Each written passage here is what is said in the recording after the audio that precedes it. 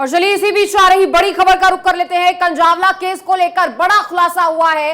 निधि पर आगरा में जमानत की कॉपी सामने आई है। ड्रग्स मामले में निधि की गिरफ्तारी हुई थी। मामले में निधि की जमानत कॉपी सामने आई है। ये ड्रग्स मामला 2020 का है। आगरा में गिरफ्तारी हुई थी और गांजा तस्करी का ये मामला है जिसे दिल्ली में सर्कुलेट किया जाना था। और निधि के साथ दो उसके साथी और थे जिनके पास से कुल मिलाकर 30 किलो गांजा बरामद किया गया था। और इस मामले में निधि को गिरफ्तार किया गया था, दो साथियों को भी गिरफ्तार किया गया था और अब जमानत कॉपी भी सामने आई। देखिए बड़ी जानकारी यहाँ पर आप तक दे रहे हैं। दिखा दें, ये जमानत की कॉपी आपकी टीवी स्क्रीन पर है जो भारत 24 के पास है।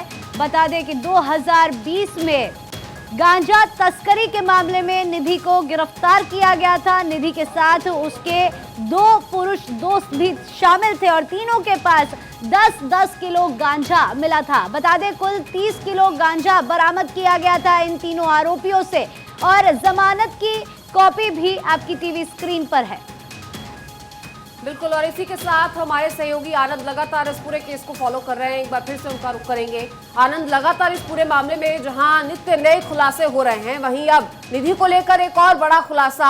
आगरा में गिरफ्तारी हुई थी, 2020 का केस है और अब जमानत कॉपी भी भारत 24 दिखा रहा है। इससे ये साफ हो जाता है कि क्रिमिनल बैकग्राउंड रहा है और उसी के तहत अब भी जो तमाम इल्जामात लग रहे हैं वो उसी को आधार बनाते हुए देखा जा रहा है।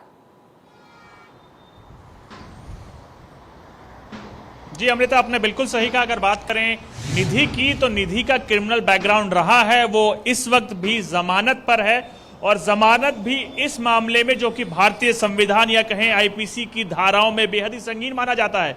एनडीपीएस एक्ट, जिसमें 30 किलो गांजा ये लोग लेकर जा रहे थे जब पुलिस ने निधि और दोनों दोस्तों को इसके गिरफ्तार किया। अगर बता दूं मैं आपको, भारतीय संविधान के अनुसार 30 किलो गांजा एज ए कमर्शियली यूज किया जाता है। यानी आप कमर्शियल यूज का मतलब समझिए कि वो उसे बेचने के लिए लेकर जा रही थी, जो कि भारत में बेहद ही अहम या कहें बेहद सख्त रुख के बाद देखा जाता है। इसमें जमानत भी इतनी जल्दी नहीं मिलती है, लेकिन जमानत मिलने के बाद निधि, इसके बाद इस मामले में निधि जमानत पर है। और अभी तक का सबसे बड़ा आरोप जो पुलिस पर लग रहा है, जो निधि है, वो खुद दिल्ली पुलिस की आई विटनेस है इस मामले पे, जिस पे अंजलि के परिजन लगातार सवाल उठा रहे थे और उनका कहना था कि निधि के रोल की भी इंक्वायरी की जाए, उसके भी बयान को क्रॉस चेक किया जाए। जिसके बाद अब इतना बड़ा खुलासा भारत 24 कर रहा है कि ये पहले गिरफ्तार हो चुकी है, वो भी एनडीपीएस एक्ट। जी बिल्कुल आनंद नजर बनाए रखिए। आप सही कह रहे हैं, एनडीपीएस एक्ट के तहत 10 किलो गांजा पैडलिंग के